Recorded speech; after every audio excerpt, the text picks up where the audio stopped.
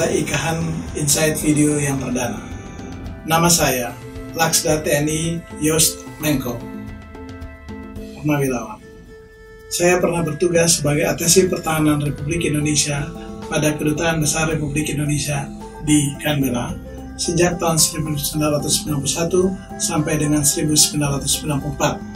Saat ini saya sebagai anggota tetap dari Senior Advisory Group IKAHAN. Hari ini bergabung dengan saya, rekan dan kolega saya sesama anggota Senior Advisory Group of IKAHAN, Lieutenant General Peter Leahy.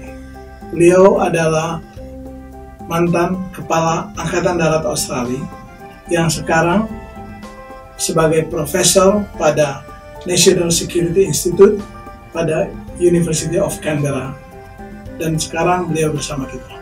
Pak Peter, selamat datang kembali di Indonesia. Welcome back to Indonesia. Terima kasih, it's great to be back and to see you again. Agar dapat memahami sedikit tentang sejarah hubungan antara pertahanan kedua negara Australia dan Indonesia, dapatkah Anda menceritakan sedikit pengalaman Anda selama Anda menjabat sebagai Kepala Angkatan Darat Australia? I think when I started as Chief of Army, the relationship wasn't so good because we've had the incidents that had occurred in East Timor. So there was a level of disquiet and probably distrust, and I think that's entirely understandable. But as time went on, I saw the relationship improve, and it was an improvement that I think was really necessary, and it was built on personal relationships, the fact that we could talk to each other. The fact that many of us in Australia had formed friendships with Indonesians over many years, and so we were able to talk to old friends like Just. You knew many Australians, and I think those strong relationships from past years came into play, so we were able to rebuild the trust, rebuild the respect. There was a concern for me in that Australia was busy elsewhere in the world. We moved into the Middle East and we were doing operations in both Iraq and Afghanistan. So I was concerned that when I flew out of Australia, quite often I flew over Indonesia to go to the Middle East. And I know I kept looking down and thinking, I wish I was going there so we could build what I think is the most important relationship we have with any nation, particularly in this region, is that relationship with Indonesia.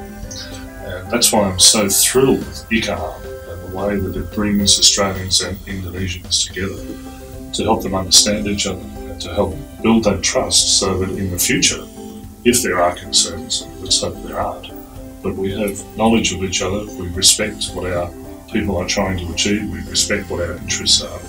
So I think in that time I was Chief of Army, I'd say improving, and now here we are in 2014.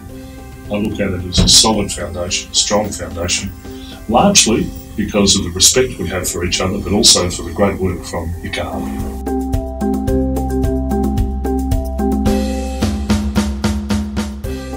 Selama Anda pensiun, Anda tentu, dan saya tahu pasti bahwa Anda telah mendedikasikan berbagai komitmen untuk perbaikan hubungan bilateral.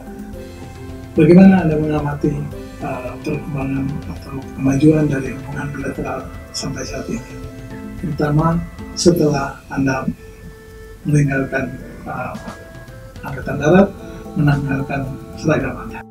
I think the relationship is developing strongly. At times I feel as though I'd like to see it develop more quickly, but I think we have to be very careful and make sure that it's one of mutual respect and trust.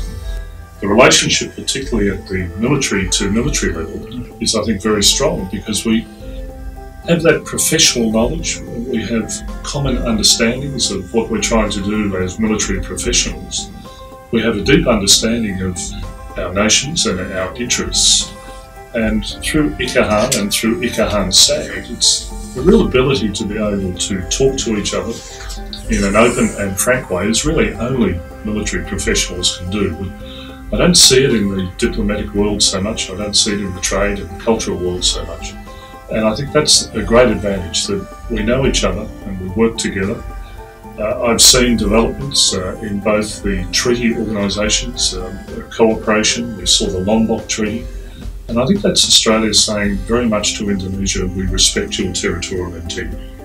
And I think that's an important statement for us, because Indonesia probably looks at some of the things that Australia has done and said, well, what was that about? And well, we are making a clear statement that as we move forward together as regional partners, we know we have to work together. And I think this is the really important thing, that Indonesia and Australia are neighbours, they're friends, we have common interests and we have a common future. And I think that's what I admire the most, that we're making that happen, and particularly through IKAHAN.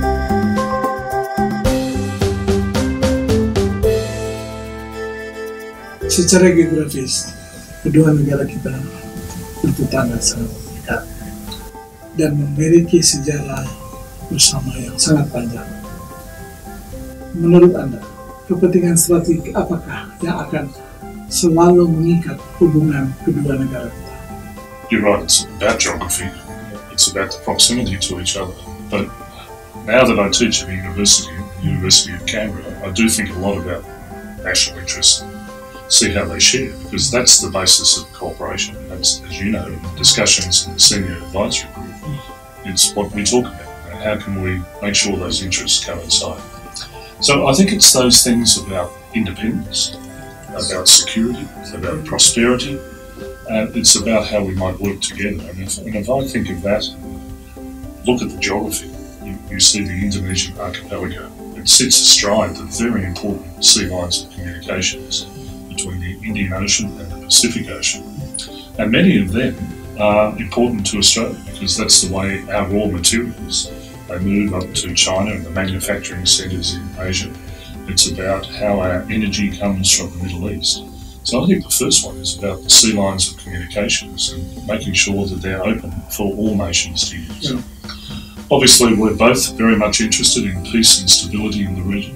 We keep tensions down, and we know at the moment that in the China Seas there are tensions, and the leadership role that Indonesia is able to play in ASEAN is something that we're very keen that you continue, because that helps keep those tensions down. We're seeing also problems of terrorism.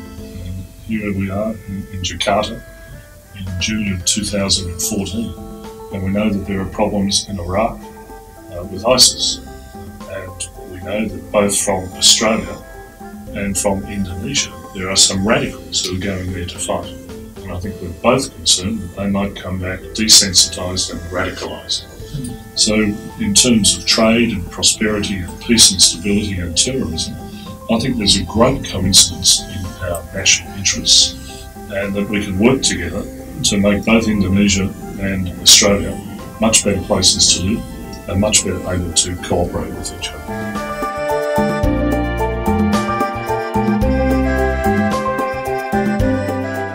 Walaupun hubungan kedua negara kita pada saat ini berada pada titik terendah, tetapi dari penjelasan Anda, saya telah melihat bagaimana hubungan itu telah dipertahankan dengan sebaik mungkin, dan ke depan menurut Anda hubungan strategik apa lagi yang harus kita pertahankan demi meningkatnya hubungan lebih baik dari sekarang? I think it's headed up, and I think it's heading up because of the way that we're working with this alumni group of IKAHAN, the way that it's growing. And I think it's fantastic here that there are regular meetings in Jakarta and across Indonesia. The way that the senior advisory group are meeting regularly. And I'd stress here that the senior advisory group isn't just about senior officers having parties around the place. What we do is talk about very substantive issues, and we know that both in Indonesia, those issues, and Paki, I know you correspond with Panglima, and he hears what we're talking about, and the same in Australia with our Chief of Defence Force. He hears what we're talking about. So there is a solid basis there. There's also a solid basis in education and training, in language and skills, and the work that the defence attaches are doing in both of the countries, in Indonesia and Australia. We work together, and I must congratulate here Indonesia for their success at the skill at arms meetings. That when they come to Australia, they normally beat Australia very much. We know we're in the race. So those things where you can bring people together to allow them to show their professional skills say to me that it's headed up in the future, And I say that because I also think there's a very solid foundation from which we work, from that understanding of each other, a desire to learn, a desire to share our professional skills, and a desire to make sure that our two countries are strong partners in the future. So I look with a great degree of confidence into the future of this relationship. Peter, thank you for sharing your views on the bilateral relationship between Australia and Indonesia. It's been a pleasure to have you chatting this afternoon. Well, it's great to see you again and great to talk about this important relationship. Okay.